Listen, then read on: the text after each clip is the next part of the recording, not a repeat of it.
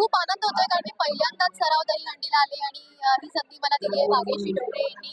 आपल्या सगळ्यांचे लाडके महाराष्ट्र राज्याचे मुख्यमंत्री श्री एकनाथ शिंदे यांचे लाडके शिवसैनिक भाग्यश्री यांनी या इतक्या सुंदर सराव दहीहंडीचा आयोजन केलेलं आहे आणि मला असं वाटतं की सरावाशिवाय कुठलीही कला निपुण करता येत नाही, त्याच्यात निपुणता हासिल करता येत नाही. त्यामुळे सराव आम्ही कलाकारही आमच्या क्षेत्रात करतो आणि मला गोविंद पथकांना ही उत्तम संधी मिळाली आहे.